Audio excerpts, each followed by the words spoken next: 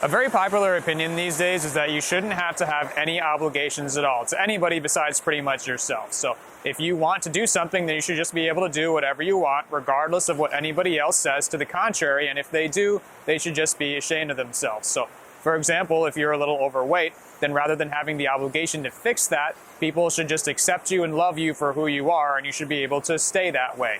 Another example would be in relationships. Some people seem to think that they're the prize in their relationship and that their partner should have to do all the work and make all the sacrifices to provide for them, while they shouldn't have to have any obligations to their partner in turn.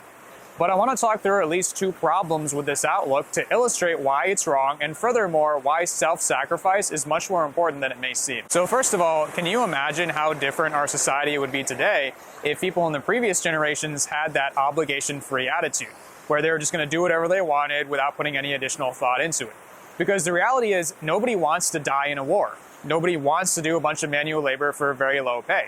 Nobody wants to sacrifice being outside and having fun to be cooped up in a classroom in order to get an education. But people still made those sacrifices because they felt they had obligations to more people than just themselves, than just the individual.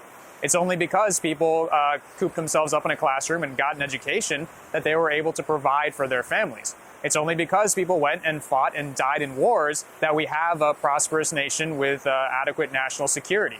It's only because people did a bunch of manual labor for very low pay that we have the infrastructure that we have today.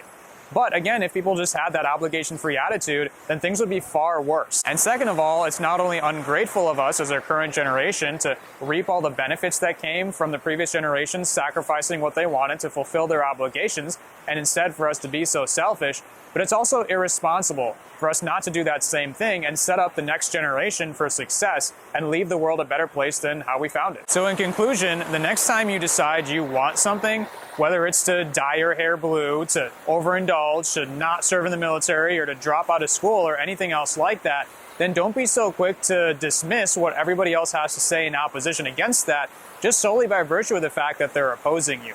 And always be willing to sacrifice what you want, knowing that you're going to have obligations to fulfill for the greater good, for the betterment of society, your country, your family, etc. Because that's what all the previous generations before you did, and that's what you're going to have to do to set up the next generation for the same success that the previous generation set you up for.